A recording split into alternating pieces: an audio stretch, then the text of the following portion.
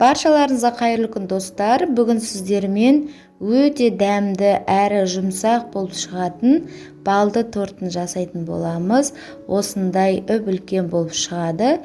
Және де видеоның соңына дейін қараңыздар. Менімен бірге жасауға кеңес етемін. Өте жұмсақ болып шығады, әрі дәмді болып шығады. Ең алдымен біз тортымыздың қамырын дайындайтын боламыз. Ол үшін бізге 2 дана жұмыртқамызды ыдысымызға жарып, және де үстіне қантымызды салып, жақсылап араластырып аламыз.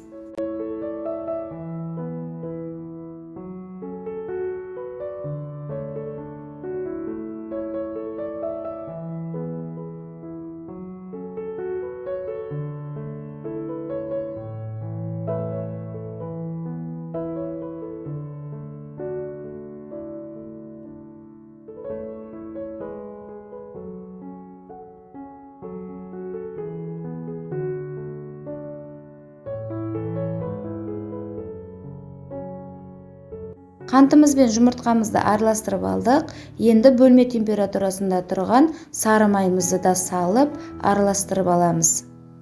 Бізде сары майымыз міндетті түрде бөлме температурасында болуы қажет. Сары майды ертіп салуға болмайды.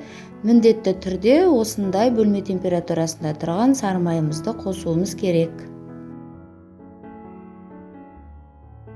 Барлығын араластырып болғаннан кейін біз табиғи балымызды қосамыз. Міндетті түрде табиғи балды қоссаңыздар өте дәмді болып шығады торттарыңыз. Осылай балымызды қосып, жақсылап араластырып аламыз. Одан кейін сүтімізді құямыз. Одан кейін барлығын жақсылап араластырамыз.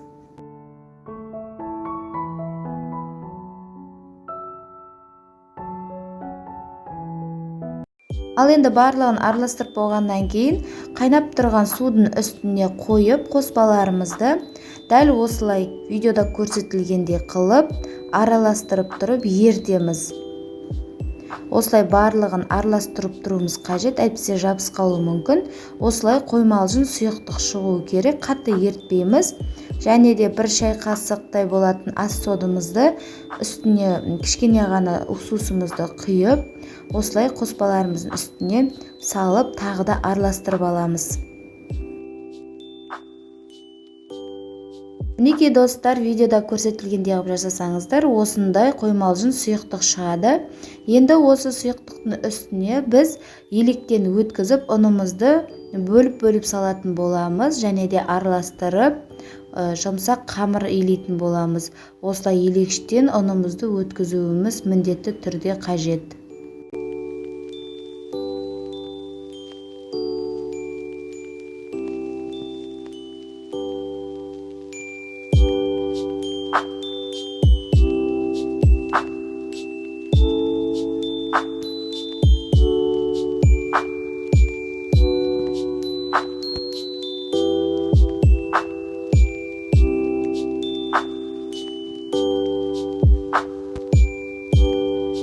Мінекей достар, бізде қоймалжың қамыр шықты. Өте қатты ұнды қоспаймыз. Рецептісін мен видеоның астына жазып кететін боламыз. Сода көрсетілгендей ұнды қосамыз. Осылай салафанмен бетін жауып, кем дегенде 3 сағатқа холодильникке қатыратын боламыз. Қамырларымыз 3 сағатқа тоңазытқышта тұрам дегенге дейін біз осы тортымыздың кремін жасайтын боламыз. Бұл бізде қайнатпалы крем деп аталады. Ол үшін бізге 2 дана жұмыртқамызды ыдысымызға салып, және де үстіне қантымызды салып, жақсылап араластырып аламыз.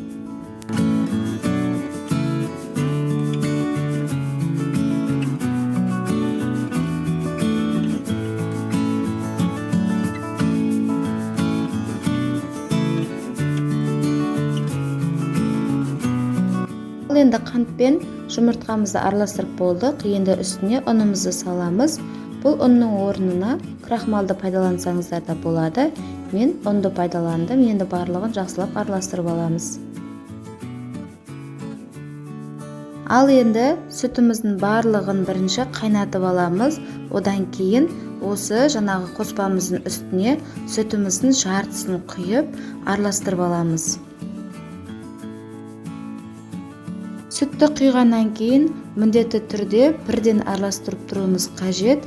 Өйткені ішіндегі жұмыртқасы пісіп кетуі мүмкін. Сондықтан сүтті құйғаннан кейін бірден осылай араластырып тұрамыз. Осылай араластырып болғаннан кейін осы қоспаларымызды қайтадан бірінші қайнап тұрған сүтімізге жаймен-деп құйып отырып, аз-аздан құйып, яғни осылай араластырып отырамыз. Міндетті түрде қазанымыздағы қоспалардың барлығын осылай араластырып тұруымыз қажет.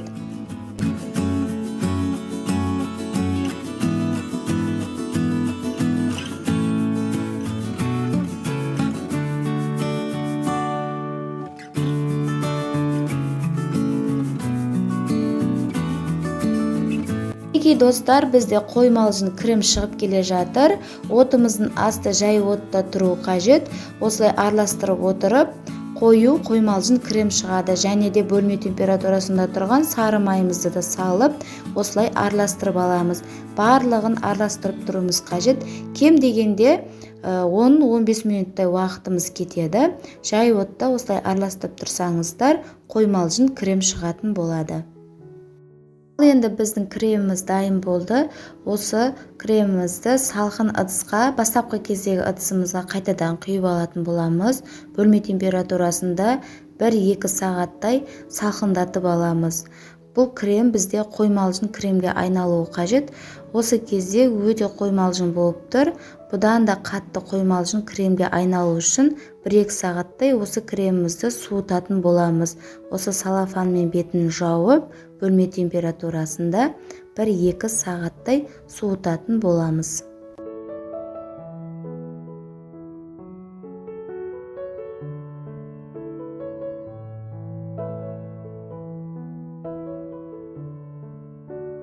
Бізде қамырларымыз дайын болды. 3 сағат уақытымыз өтіпті. Осылай қамырларымыз пластилин тәрізді болып шығады. Оның көмегімен ыдысымыздан қамырымызды аламыз. Өте қолға жабысқақ қамыр шығатын болады.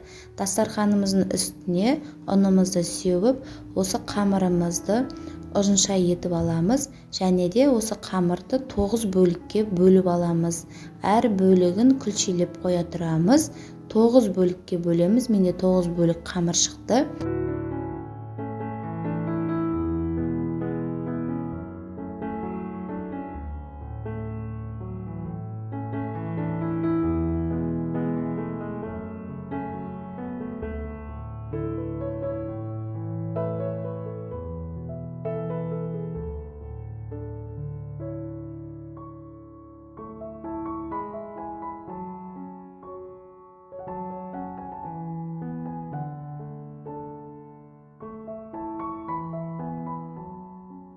Енді біздің күлшелеріміз дайын болды. Осындай пергамент қағазымызды алдын ала дайындап аламыз. Оған ұнымызды сеуіп, әр күлшені осындай пергамент қағазға жұқалап жайып аламыз. Кождарымыздың диаметрі 22 диаметр. Әртүрлі қылып жая берсеңіздер де болады. Осы қамырымыз піскеннен кейін осы 22-лік диаметрлік тәрелкемен болмаса формаларыңыз болса солмен кесетін боламыз. Осылай әртүрлі қылып жая берсеңіздер де болады.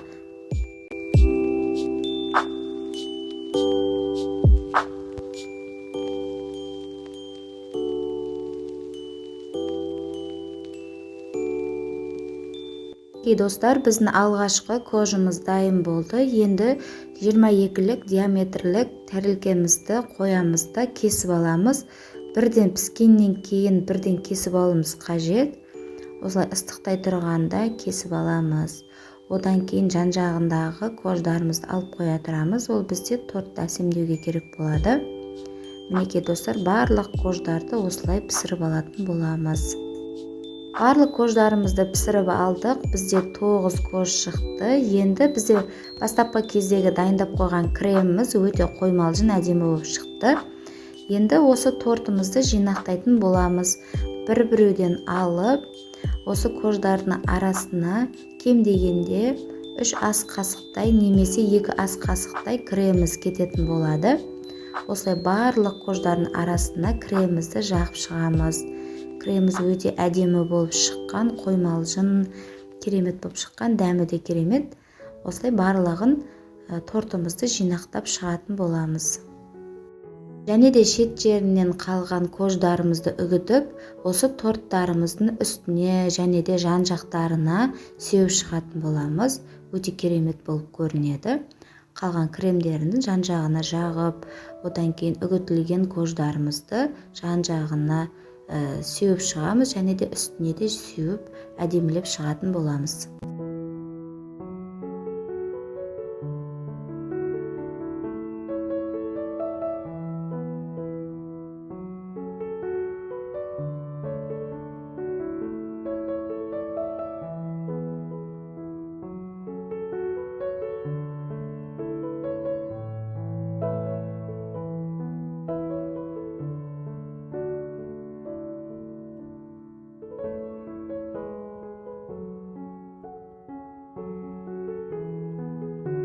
Мінекей достар, біздің балды тортымыз дайын болды. Өте әдемі, жұмсақ болып шыққан, дәмі де керемет.